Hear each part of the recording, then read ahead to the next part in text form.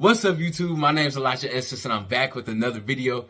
In today's video, I'm doing my NFL playoff predictions. Now, this is my second time doing NFL playoff predictions on my channel. Last year, I did pretty decent. I didn't do the best, but I didn't do the worst compared to some other YouTubers and content creators out there. Now, we all know how crazy the playoffs can get, whether it's MLB, NBA, NFL, NHL, whatever the case may be. So, with my playoff predictions today, I know that you might feel differently about some games, but remember at the end of the day, these are my playoff predictions. And also, this is just for fun, just for me to document, just in case something does happen. But for somebody to go perfect on NFL playoff predictions would be pretty crazy. But regardless of all that, like I said, this is just for fun. I know you guys are going to disagree with me on some picks and maybe agree with me on others. So if you feel differently or you agree with me, let me know down in the comment section. But without further ado, let's head into today's video. Hope you guys are excited as I am, and let's go. All right, you guys, for the first game, we had the Houston Texans going against the Los Angeles Chargers. This game will be played in Houston, where Houston is 5-3 at home, and the Chargers are 6-3 on the road. Now, the Chargers are on a 3-game win streak, their last 3 coming against the Patriots, Raiders, and Broncos, while the Texans have lost 2 of their last 3 against the Chiefs and Ravens. Now, I'm not one to really get too deep into the numbers on passing averages and defensive rankings and everything like that, but with this game specifically, things match up pretty well. As I'm making this video, they are saying that the Chargers are a favorite over the Texans, which is justified when you see how the Texans played against the Ravens on Christmas Day. That was embarrassing. And the Texans are also missing Stephon Diggs and Tank Dell due to injuries. Not that the Chargers don't have injuries as well, but I feel like they're not as significant as they are with the Texans. I think that this game will stay pretty close. You know, you got CJ Stroud and Justin Herbert going back and forth.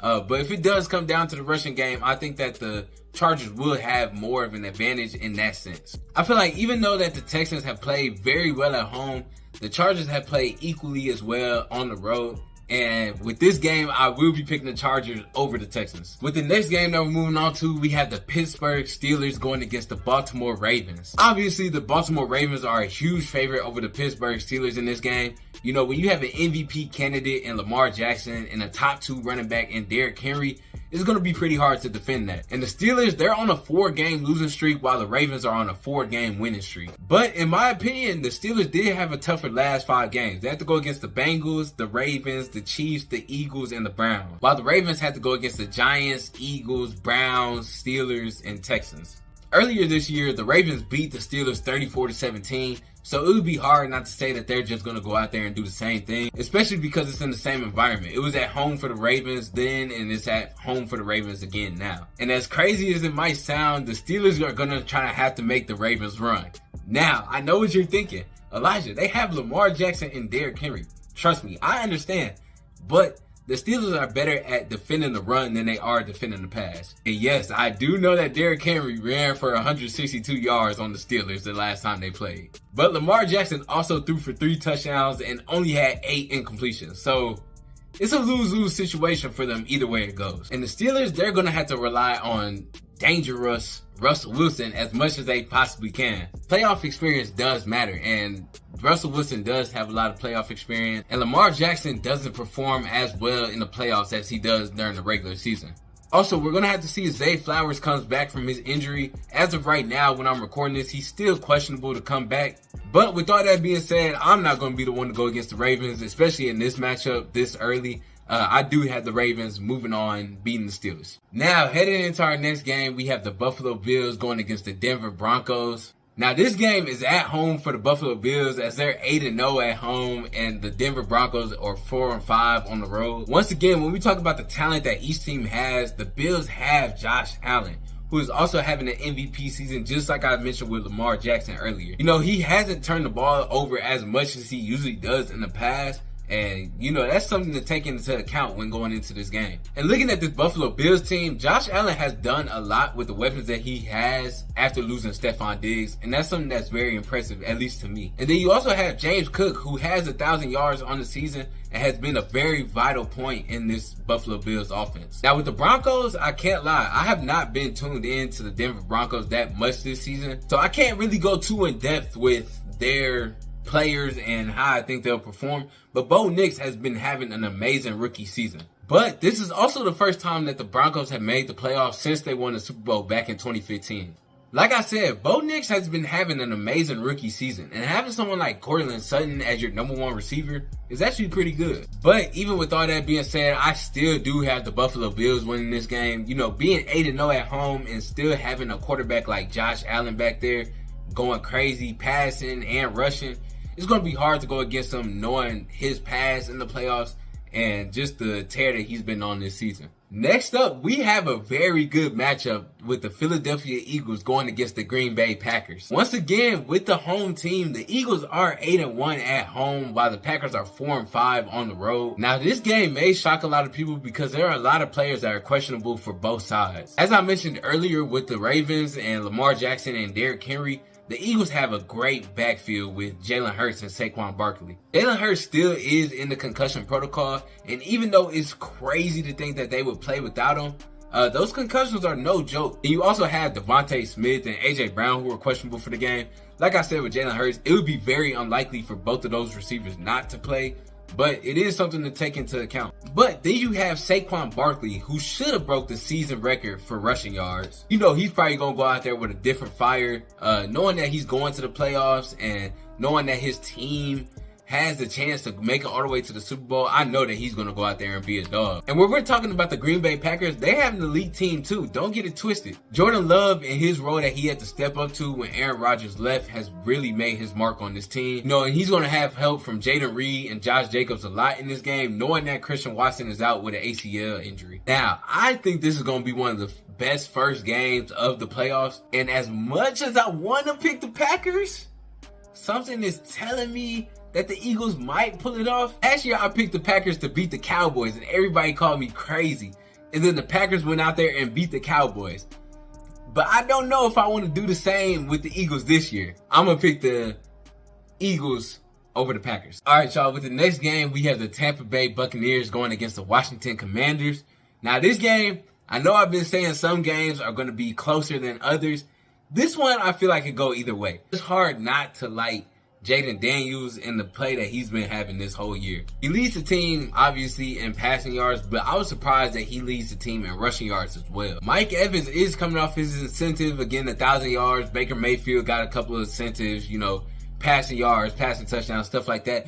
So they might be on a train where they feel like they can just keep going throughout the season, but that could also just mean that they could get complacent and not really try as hard as they probably would have if they didn't get those incentives, if that makes sense. I think Baker Mayfield is going to have to step up and really show that he can lead a team in the playoffs without causing too many turnovers. Mike Evans is going to have an amazing game. If he can't, then Bucky Irvin or Rashad White are going to have to really step it up in a rushing game. But ultimately, I do have the Buccaneers winning this game. All right, you guys, next we have the Los Angeles Rams going against the Minnesota Vikings. The Minnesota Vikings are 6-2 on the road, while the Rams are 5-4 at home. The Vikings, they're coming off a tough loss against the Detroit Lions. Sam Darnold did not have the best game. I think he went 18 for 41 or something like that. Even though with the seeding, it says that the Vikings are lower than the Rams, the Vikings do have a better record than the Rams do throughout the whole season. Earlier this year, the Rams and Vikings did play where the Rams won 30-20. Both these teams are very talented. I do think that this might be a closer game, not as close as like a 3-point margin or anything like that, but I do think it will be in a touchdown like range. And even though the Vikings are a favorite over the Rams, I'm not always going to pick the favorite. This time I got the underdogs. I got the Los Angeles Rams moving on, beating the Minnesota Vikings. All right, you guys, next we have the Kansas City Chiefs going against the Los Angeles Chargers. With this matchup, honestly, I feel like it's not too much to say. The Chargers, they're a talented team. Don't get me wrong. Justin Herbert's a beast. And everybody that he uses on his team is going to go out and show out. But you're going against Patrick Mahomes. Like, you have to go against him, Travis Kelce, Pacheco. You got to go against their nice defense and everything. And all their starters just sat this last week. And they're going to have an extra bye week while these wild card games are going on. So it's going to be kind of hard just because if this matchup does play out, the Chiefs have already beaten the Chargers twice this season. It could be a close game, but I still do have the Chiefs moving on. With the next matchup in the AFC, we would have the Baltimore Ravens going against the Buffalo Bills. Now, this game, if it does work out, if everything plans out, no injuries, hopefully, nothing bad like that happens, this will be a game like to remember. Two MVP candidates going against each other. Everybody's picking either Lamar or Josh Allen, debating who's better, a dual threat like passing, rushing, everything like that. Then you have Derrick Henry to throw in there. You have James Cook. Like, you have all these different star players for both teams, plus great defenses, as long as both like do their jobs basically. Both these teams also faced off against each other earlier this year, where the Baltimore Ravens won 35-10. But in this matchup, I do have the Baltimore Ravens moving on. Despite how Lamar Jackson has played in the past during the playoffs, I think if they get to this point, they're going to have the momentum to go forward and make it to the AFC Championship. All right, you guys, so next we have the Tampa Bay Buccaneers going against the Philadelphia Eagles. This game, the Philadelphia Eagles did lose 33-16 to the Tampa Bay Buccaneers earlier, but that was when the Tampa Bay Buccaneers were at home and the Eagles were on the road. If this matchup does play out, the Eagles will be at home and Tampa Bay on the road. But Philadelphia is a great team at home. I do have the Philadelphia Eagles moving on to the NFC Championship. And with one of the last matchups in the NFC, we will be having the Lions going against the Rams. This Lions group is 7-2 at home, and they did beat the Rams earlier this season. They still do have Jahmyr Gibbs in the backfield, and he's been doing a lot. And then you have Amon-Ra St. Brown, you have Khalif Raymond. Like I said earlier, it was a close game earlier this season. You know, things happen, injuries happen, schemes, everything changes. So we could see a game like that again where it's close, 23-20, 21-18, whatever the case may be. It could be a close game, but I still do have the Lions coming out with this win. With that being said, we have the Chiefs going against the Ravens. The Chiefs would be the home team if this matchup did occur. Now, some people may see this as an easy win for the Chiefs, knowing the playoff history between Lamar Jackson and Patrick Mahomes. I do think that the Ravens do have a great chance of going in there, beating them on Kansas City's home field, and making it to the Super Bowl. Finally, in the NFC, we have the Lions versus the Eagles. I think that this would be a close game and could come down to the last possession, last drive, whatever the case may be. But ultimately, I do think that the Eagles have the better chance of making it to the Super Bowl than the Lions do. With all that being said, we get all the way down to the Super Bowl, where I have the Baltimore Ravens going against the Philadelphia Eagles. This would be a great game, y'all. I already know y'all think the same. Like, I feel like there's no doubt in my mind that if both these teams make it, it wouldn't be either a great defensive battle or a great offensive battle. Like, it's going to be a close game regardless. I don't think there will be any potential blowout in this game. But I do believe if we do get this matchup, the Eagles will win the Super Bowl this year. Like I said earlier, there are so many different outcomes that can happen throughout these playoffs.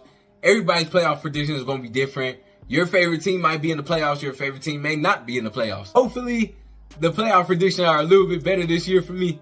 If not, I'm not tripping too much about it. But if you enjoyed today's video, please leave a like, comment, subscribe, share. Do whatever you feel like is necessary to show that you support this video. Thank you for clicking my video, tuning in to my predictions. Love y'all, appreciate y'all, and I'll see y'all in the next video.